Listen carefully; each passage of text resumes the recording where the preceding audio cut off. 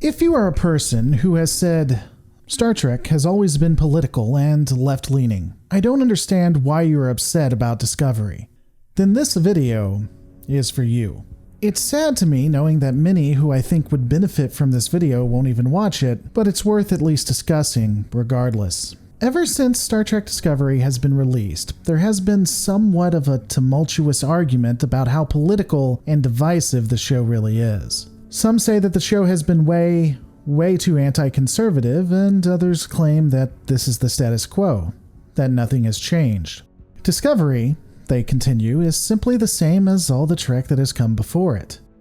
I wholeheartedly disagree and think that not only is Star Trek Discovery pushing politics in a way that it hasn't before, but we come in peace. Quite frankly, the writers of Star Trek Discovery Season 1 and the Mirror Universe are writing Star Trek wrong. Let's break that down. It is important to understand the differences in writing before we can move forward. Honestly, this subject deserves a video all to itself, but I'm just going to be brief. Propagandists are people who will write stories that fit a narrative. Artists will write stories that allow you to explore the actual situation, the actual problem. When looking at a situation, I'm going to quote the YouTuber The Closer Look. He states that when looking at a problem or a situation, artists never say this is bad. They never say that it is good. They simply say, this is. To better show what I mean, let's compare two instances of Star Trek Discovery against Legacy Trek.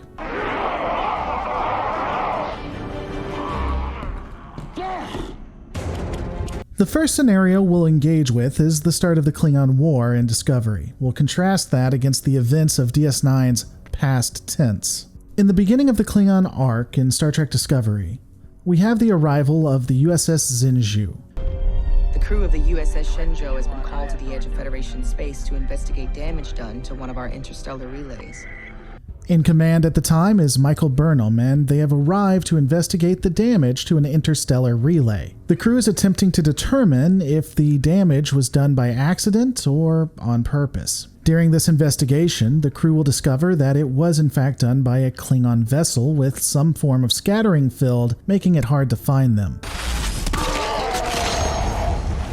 Through a play of cosmic accidents, Burnham kills a Klingon warrior, and we finally meet a group of Klingons that are effectively a cult. What we see of the Klingons through the dialogue and the brief scenes where we watch them specifically shows us a one-dimensional group.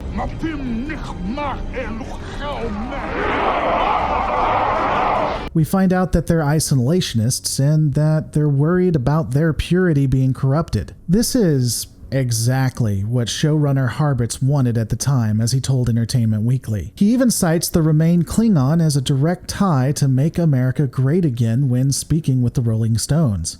While Harbitz initially claims that the Klingons aren't the enemy, the show simply doesn't portray that. In the Discovery episodes, The Vulcan Hello and The Battle at the Binary Stars, the Klingons are xenophobic and isolationist. However, these are things that are stated.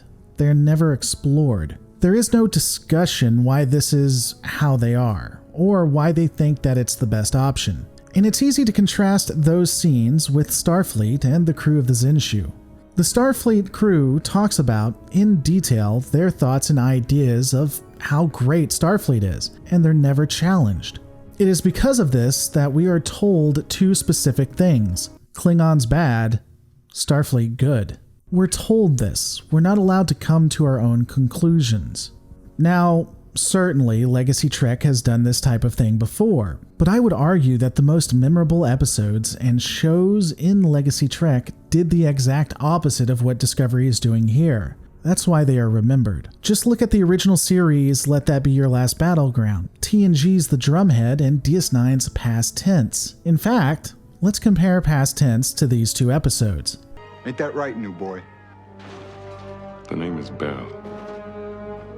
Gabriel Bell. In Past Tense, we have Sisko and Bashir being sent back in time on Earth a day or so before what will be called the Bell Riots. This is a turning point for humanity in Trek. In this universe, the government has decided the poor, the destitute, those without a job, and those who are mentally ill will simply be quarantined and walled off into a sanctuary city. The less fortunate are thrown in their makeshift prison and just forgotten about. That force everyone to look at what has been happening. However, never in that episode are we told who is right and who is wrong. We experience both sides of the coin. Certainly, Bashir and Cisco believe there is a correct answer here, and even justify it between themselves. But the writing never tells us who to root for. We even see that the original intent of what the government was doing was supposedly pure, and that on both sides there are good people who want to help, and there are also evil people. Arguably, it is the system that has caught everyone in the middle of it, and because of that, the circumstances are what they are. And everyone is dying and hurt because they need to break free. It's just that no one knows how. Everyone feels powerless. Contrast this episode with Discovery, where we don't get anything near what DS9 gave us. What we see in Star Trek Discovery is only ever portrayed in one light. So weak. Why not home? And ironically, we even have the good guys committing war crimes by putting bombs in the bodies of their enemy, and somehow the show tries to make us feel like this is a good thing. The swell of the music, the smile of the captain, it's glorified. But this scene also highlights another downfall of Discovery's writing. Whether the showrunners meant to or not, by writing propaganda and telling us both in dialogue and story form that the Klingon way of life is bad and Starfleet is good, when Starfleet messes up, they can be vilified and discredited. And the Klingons justified. Now let me give you a hot take here. People who want racial purity and isolationism to the point of racism are idiots. Full stop. Also, if you think a certain ethnicity is destroying your country and can't see why those people would want to be in this country and have no compassion for the situation they're in, then I don't agree with you at all, and I'd caution you against that because it is close to becoming a racist, at least in my opinion. However, based on what Discovery tells us, one could argue that isolationism, to the point of racism, and wanting to keep your culture the way it is, might actually be a good thing. When we look at the first 2 episodes Discovery presents, and much of Season 1, along with the Mirror Universe, we see a diverse group of people that don't give a damn about sovereignty, culture, or someone's personal rights. They don't even respect the dead. What you call your most remote borders, I call too close to Klingon territory.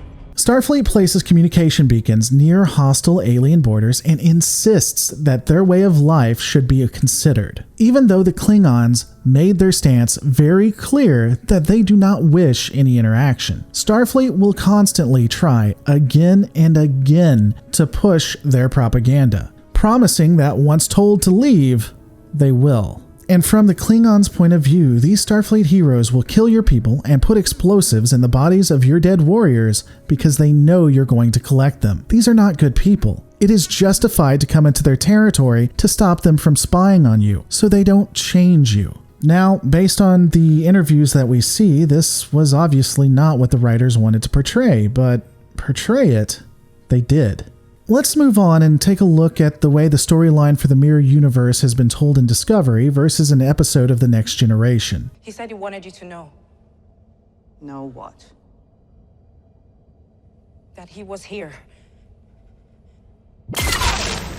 In Discovery's Mirror Universe, Burnham finds herself in the middle of a civil war between Lorca and his rebels and Empress Georgiou. Let's compare this against TNG's The Wounded. The Mirror Universe is another example of trying to write propaganda versus letting you explore the situation and find your own answers. The writers are trying to make you feel a certain way and pick a certain side. In doing so, they've written it so that the ones that are isolationist, that are the purest of the pure, really villains, can be justified. When we look at Empress Georgiou, she is a woman that has aliens chosen and then slaughtered to be eaten within a couple of hours. She bombards defenseless people while their planet explodes beneath them, as we see on Kronos. She hates aliens and wants humanity to rise above them. However, Michael treats her like she is somehow a better person than her enemies. Georgiou never really changes her ways either. never shows much regret, and even becomes a part of Starfleet's Section 31. Towards the end of Season 2, she is even a friend and mother figure of Burnham while still enjoying murdering people. They prop her up in so many ways, but somehow we are supposed to like her and not Lorca. We'll make the Empire glorious again. Lorca, who took care of his crew and helped civilizations in the Prime Universe. He was a hero to the Prime Universe. Let's not forget that. In the end, we do see that his ultimate plan was to retake the Terran Empire and make it glorious again once he returned there. Now, you could say that he was being a hero in the Prime Universe because he had to act that way. He had to keep his cover because he couldn't be evil, and it was the only way to get back home. That's not wrong, but all it means is that unlike Georgiou, while Lorca is evil, he still helps people. So if we have to choose between someone who pretends to be kind and does actual good, and someone who is always evil, who would you rather choose? Both of these people are horrible, and since both are, it's really not going to matter to us who is better. The message is completely muddied, and basically we're told that everyone is evil, but we're supposed to pick one evil person over the other one, just because that's who the writers want us to choose. It also destroys the meta messaging that you're trying to push. If you're trying to say Trump is Lorca and is horrible and xenophobic, you've also called anyone that Trump goes up against the same. And also, if we're supposed to relate Lorca to Trump, then Trump is actually helping people as he goes. You're saying that Trump is evil, sure, but the other people are evil, but at least Trump helps us. It's confusing, it's bad writing, and weak propaganda. Federation starship? Attacked. An unarmed science station. Let's compare this against TNG's The Wounded. We have a rogue Starfleet captain that is using his vessel to attack and destroy defenseless Cardassian cargo ships and even Cardassian war vessels. Picard and his crew are tasked with stopping him. However, we aren't told through dialogue or the story who to side with. We're thrown in the middle of everything with all sides giving their arguments. We have the senior crew dealing with the rogue captain and Cardassian leadership. We even see the lower decks, not that one, but this one, discuss how the war had shaped them, made them different. How a Starfleet officer can't accept the hand of a former enemy who wants to reach out to him. It's not you I hate, Cardassian. I hate what I became. Because of you.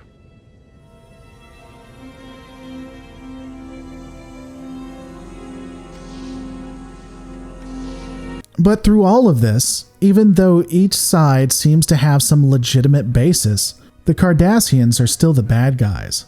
They are still wanting war. But we're still given legitimate reasons on why they act the way they do. Ultimately, we have to come to the conclusion of who's right and who's wrong. And we came to that conclusion through the information and experience of the events, not because we're told to. For a more thorough breakdown of all of this, I would suggest taking a look at How to Alienate Your Audience by The Closer Look. While I'm still on the fence about the guy, given some of his opinions, I honestly respect him as a content creator. His videos are top quality, and he always backs up what he has to say with evidence and opinion. He has some wonderful works, and this video specifically goes into what I've been talking about a lot more. But again, all of these are my opinions.